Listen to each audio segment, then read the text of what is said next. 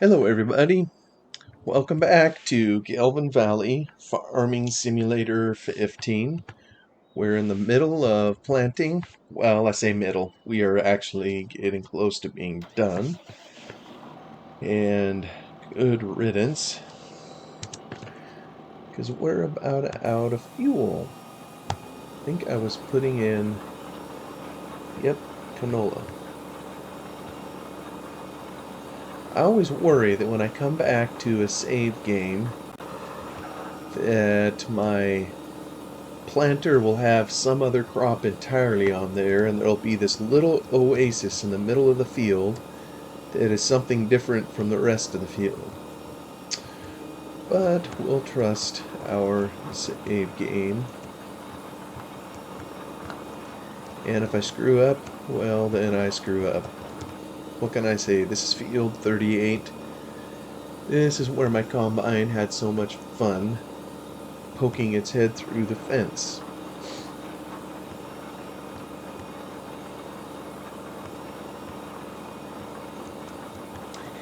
After I do this episode, right as I was getting ready to record, I remembered a little project I wanted to do. It was corresponding with one of my friends, and he said something, I think about an FS15 save that he has going, where he was trying to figure out, kind of like me, he's deep in the hole, and he's trying to figure out what crops to plant, to get the best possible income, I guess.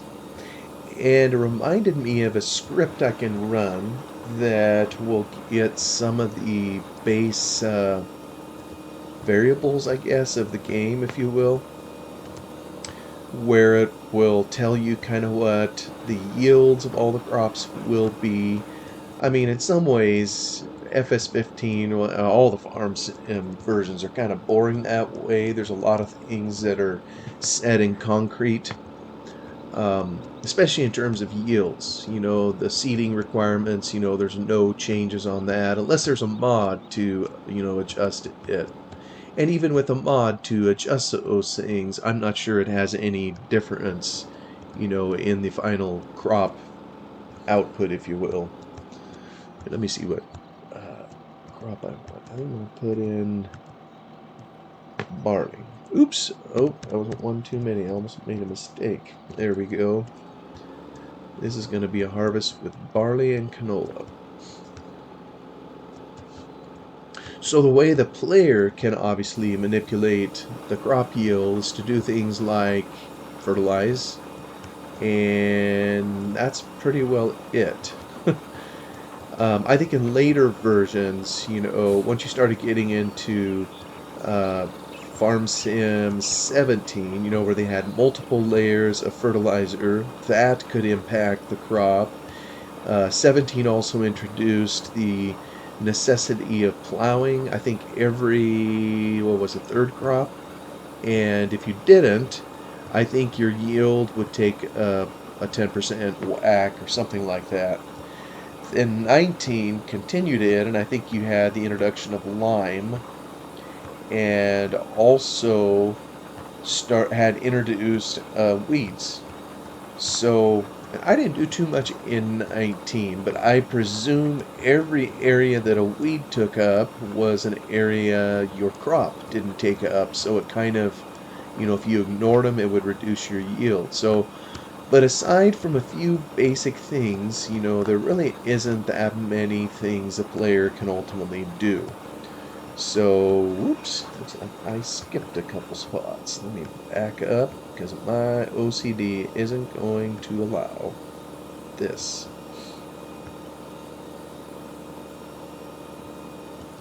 So, given that there isn't much that can be done, what I can do with a Lua script is look up each crop, figure out what the basic yield is, and I think the assumption, I mean, you can figure out the rate of seeding. I think there's something in there for that. You figure out the ultimate yield. You know that some crops, like barley and wheat, are going to have straw. Other crops, such as corn, there you can maybe turn it into silage instead of harvesting it for grain. So you kind of have another angle to look at there. So there are a few considerations to look at, but basically to see which one of those produces the best possible results. Because as I look at my negative cash up there, it sure seems like I should do something analytical to help me get out of the hole financially. And I'm technically not in the hole. I still have some grain in storage that I need to sell as soon as I get done planting. I'm just trying to get the fields all prepped and ready for the winter that's going to happen when I next fast forward the time. Oh, come on, you can get up the hill. Just raise that a little bit. There, come on. I think this is...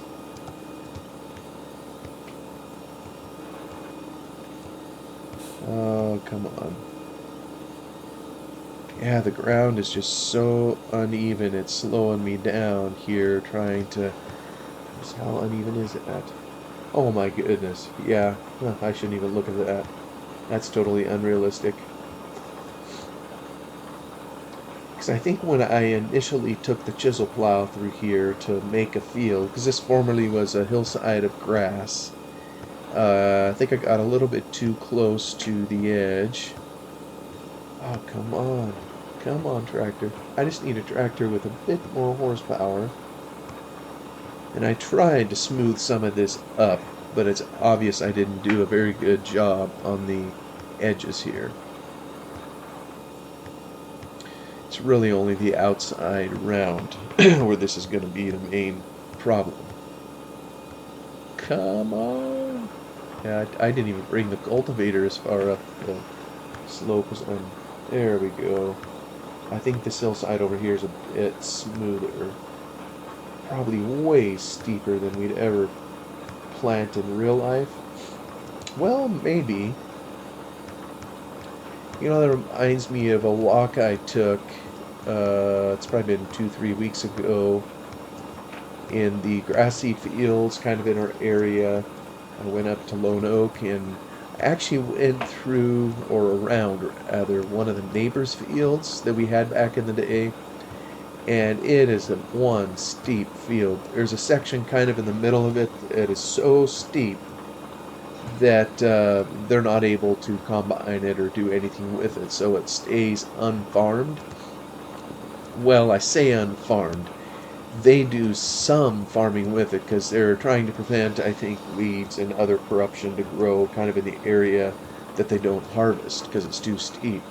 So what they will do is, I think I remember years ago after they had freshly seeded it, some poor tractor operator dragged a drill across that thing, and I mean, I don't know how he kept the tractor on the hill. It is some serious grade in there. I estimate probably a 60% grade, at least. Very, very steep, and dangerous too. So that's probably why they didn't want to take the harvest machinery over it. So I suppose a slope up there is something someone could seed in real life, but probably isn't going to be the funnest thing you've ever done. You'll have a permanent crick in your neck from trying to sit upright.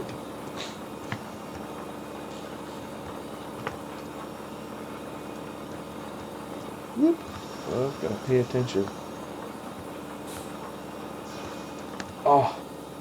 Yeah, I have a feeling this tractor is just a little underpowered for this particular planter. But it's all I have for a tractor. I suppose I could rent one that's a little bit stouter. Probably wouldn't even cost that much. I'll just say, just put it on my tab. Alright, let's see if I can pull up this hill now that I don't have the sides to contend with.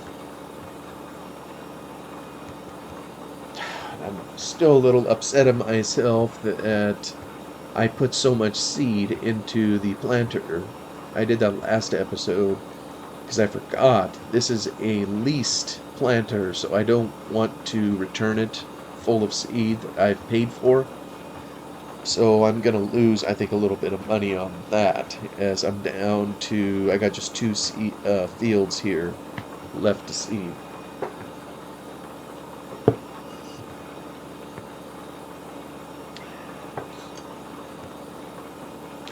It still doesn't like this hill, even if it is free from the edge of the field. Oh, well, I think he can pull this hill. Probably in real life we'd have duels on this thing. Give it a little bit more traction on this hill.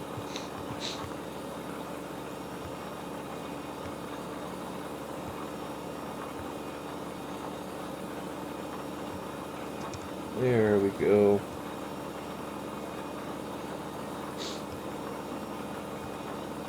Hasn't really taken all that long to get all the seeding done.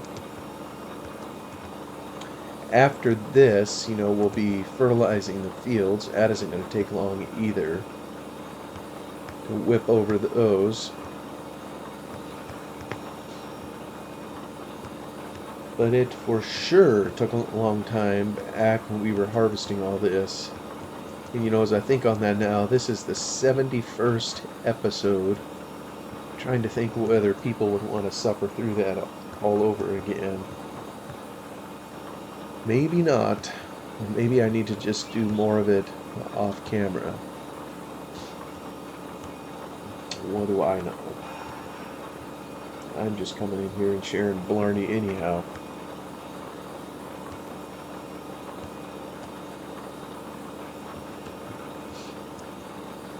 And speaking of blarney,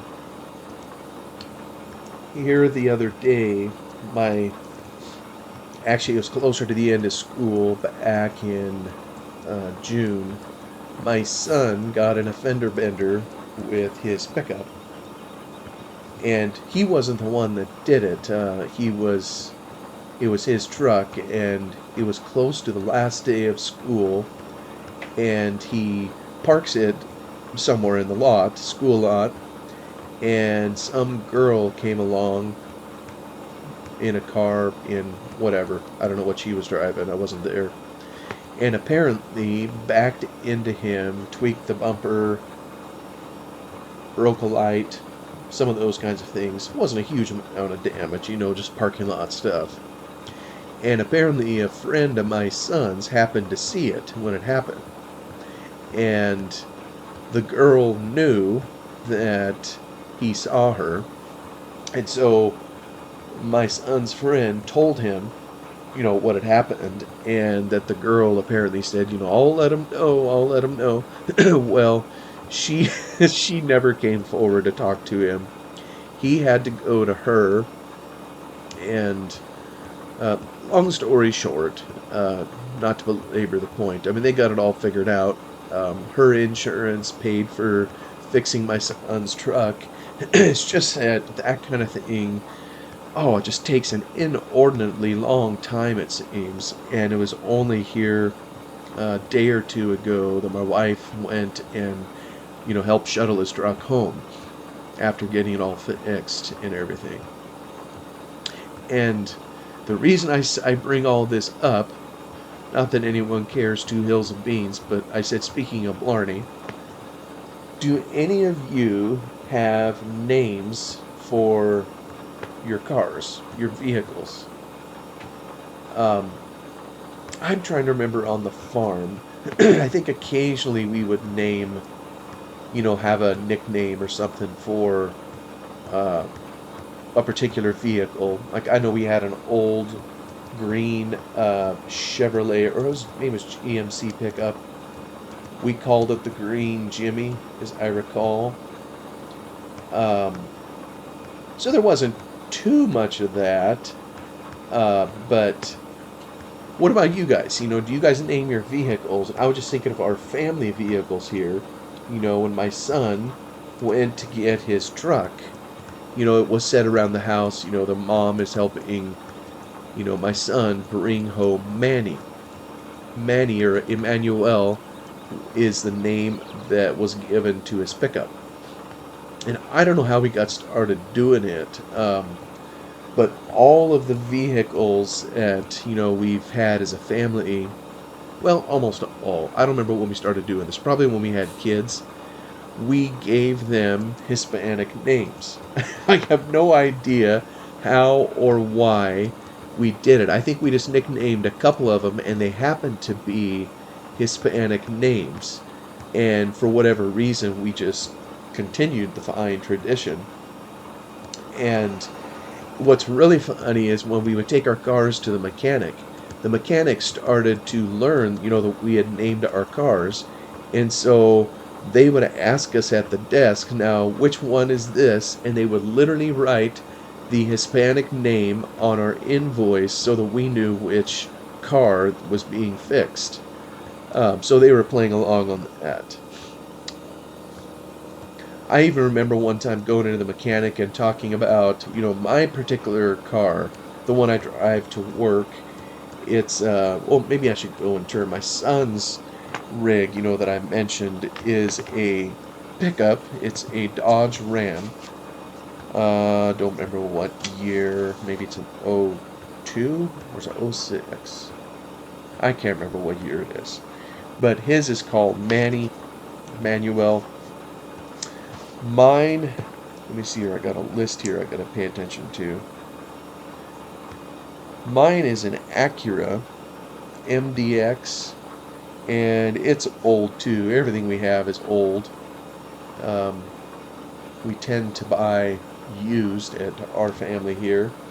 That tends to be a little more affordable these past couple years, following the pandemic notwithstanding. Mine is named, it's a feminine name, Guadalupe, or we call her Lupe for short. Don't know how got the name, but I routinely refer to her as Lupe. Let me see, the family ride is a Suburban. And this is the second one that we had. The first one that we had when the kids were younger, we named Octavio. And this one here, which I think is a feminine name, is Elvira. Similar to the last one, just slightly newer. Chevrolet Suburban Elvira. Let me see here. So, before my son got his pickup, he had a Honda Accord. And I'm trying to figure out... Oh, you're driving crooked because I'm looking at my paper that has all these names on it that I wrote down. I'm trying to remember what happened to it. I don't know that we traded it. I almost wonder if it quit working. I don't remember where we got it. It was a cheapo car. Who knows what year it was. Probably from the beginning of when they were making these Honda Accords. But it was named Javier. That's the name that was given to it for as long as we had it, which wasn't very long. Let's see, does that take care of my son? My word, I need my reading glasses to see all these. Only then I can't see what I'm doing on the screen. Oh, you guys see the sacrifices I'm making here to do this video and try to figure out something to talk about. Well, maybe the next one in line here is, oh yeah, that brings a memory back. One of my daughters had a Toyota Corolla, and she crashed it.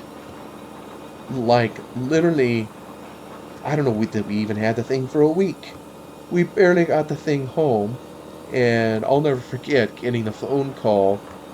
I don't remember what time of night it was. It wasn't terrifically late, but she was on her way home, and she was hardly half a mile from home, and she rolled it several times into the ditch.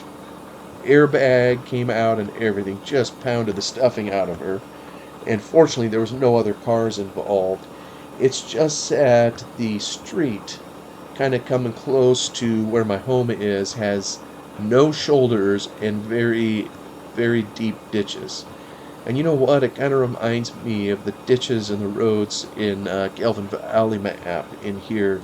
You know, they're very deep and there isn't much of a shoulder in most cases. So maybe that's why I'm so good at driving in here. Ha ha ha ha. So that was hers. She also had for a while Chevy Malibu. That must have been the one we got after she crashed the other one. That one came from my brother, and we named it Diego. And unfortunately, I think Diego had mechanical problems. That's the trouble with older vehicles. Had mechanical difficulties, and I don't think we could fix it, nor could we sell it. So I don't remember exactly what we did. We probably traded it in at the dealership for a nominal credit. I don't know that we got any more than a few $100s for it. And then her final car before leaving home was a Honda CR-V, and it was nicknamed Mia. And she got married and flew the coop, and Mia went with her. So that was the end of that. That was the Honda CR-V. I think here recently I heard that they got rid of Mia too. Mia started having mechanical issues, you know, where she went to live. My oldest daughter had, now this was a car I think for my brother. What was it? An Acura TL? I don't even know if that's a thing. It was just this gray car that he had. He commuted to Portland up north to work day after day after day, so it was well driven. I don't remember how many miles we had on it. But she drove that thing for quite a while. And this one here, I remember in particular because it was a gift. As I recall, he just gave it straight. It was whoop! I can't even really drive straight down the hill. Some of the cars we have purchased are what are called branded titles, meaning they have been in like a wreck before, and in other words, they couldn't really be resold for anything of value. So I think at the time my brother was looking for another vehicle. He knew he wouldn't get anything for it, so he just said, take it. If your kids can use it, you're welcome to it, which was just awesome. It's the only free car I think I've ever received. And it worked very well for quite a period of time. So that was nicknamed Diablo. Or, oh, excuse me, I said Diablo, I meant Pablo. Diablo, that means like devil in Spanish, doesn't it? I don't know my Spanish. We wouldn't name it that. No, it's Pablo. What it is I can't read my own crummy handwriting on this paper here. And after Pablo, my oldest daughter, she moved to Illinois for a while so she could get some of her schooling. And back there, my wife and I helped her purchase actually I think a fairly new car, Chevy Cruze. Maybe it was almost brand new. And that one, because what we didn't want was for her to have any mechanical difficulties. I mean, you know, she's 2,000 miles away, clear across the country, and so we wanted to make sure she had a good vehicle that was reliable and all that.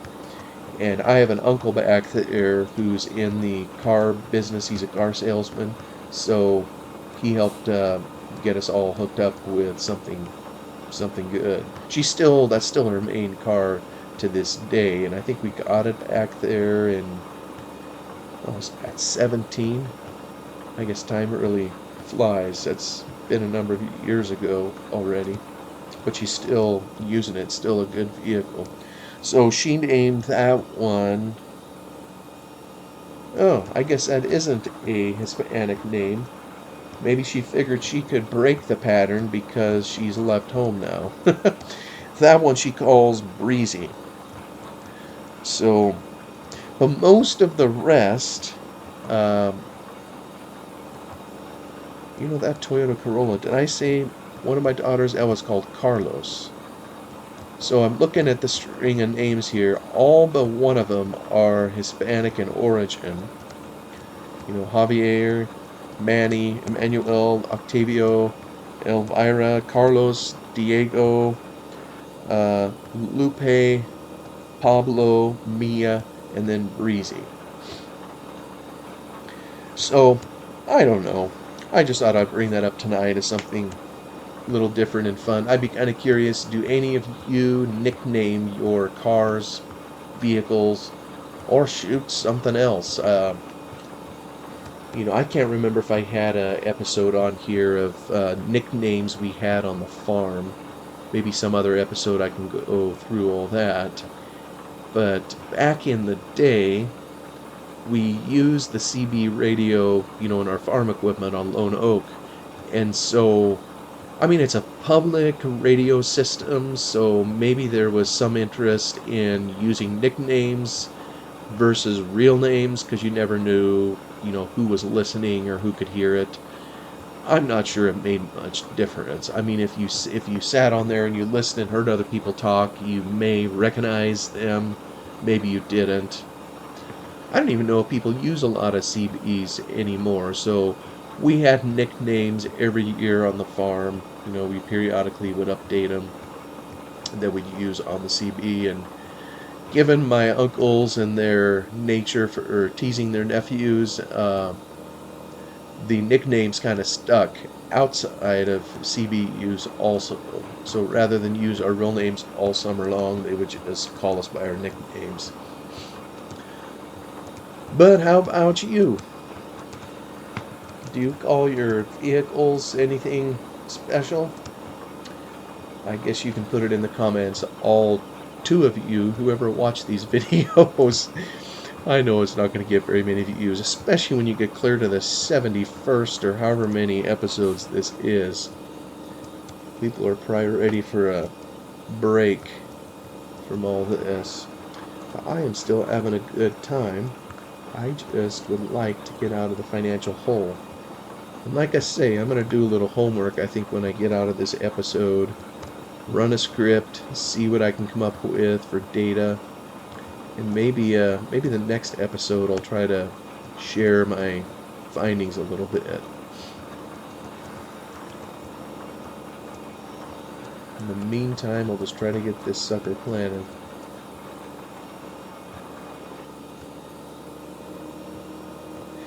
Some of these fields I've gone round and round on. Others I've done back and forth. I'm looking at the pattern here of the cultivator that the roller that I took through here. I think I was going back and forth.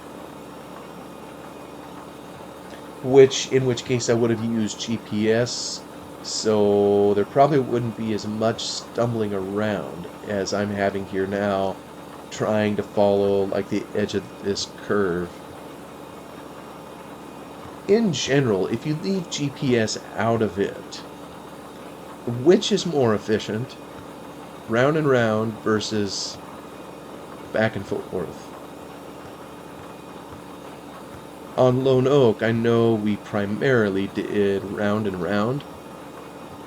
I'm not sure why. I guess it was tradition. It was clockwise, round and round.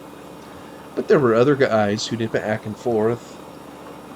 Maybe it all depends on how many machines you had going in the field and how you could efficiently keep them all working. I don't know. But it seems like doing a quarter turn every time you go to the end, although we're going to come out to a point kind of up here, it seems like going around and around could be a little quicker, at least on the outside edges, but I'm sure there comes a point when you get into the middle part where you lose some of that advantage because the rounds get smaller and smaller.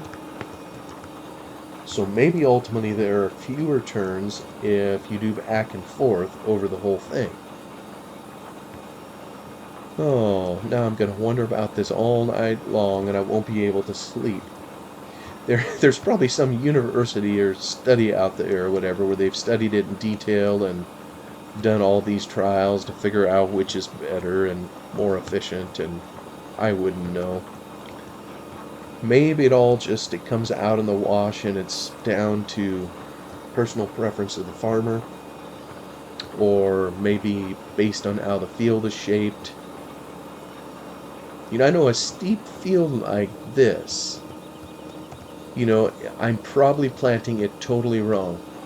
There's no way that we would plant a field like that this way here, because in the winter, the rains, with all these drill rows heading downhill, you're just asking for the winter rains to wash it out.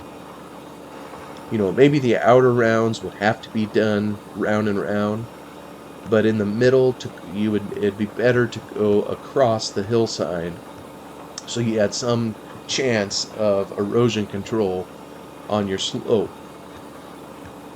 And probably during harvest, we'd go around a little bit, but again, to take advantage of the hillside leveling on the combine. Although this combine that we're using, it's a four-way leveler, so that helps. If you're going uphill, there is leveling capacity, and downhill there's a little bit too.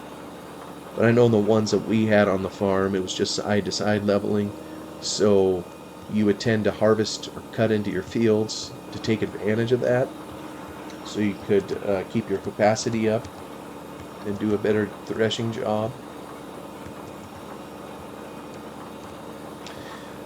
But in terms of speed, maybe it is all down to farmer preference.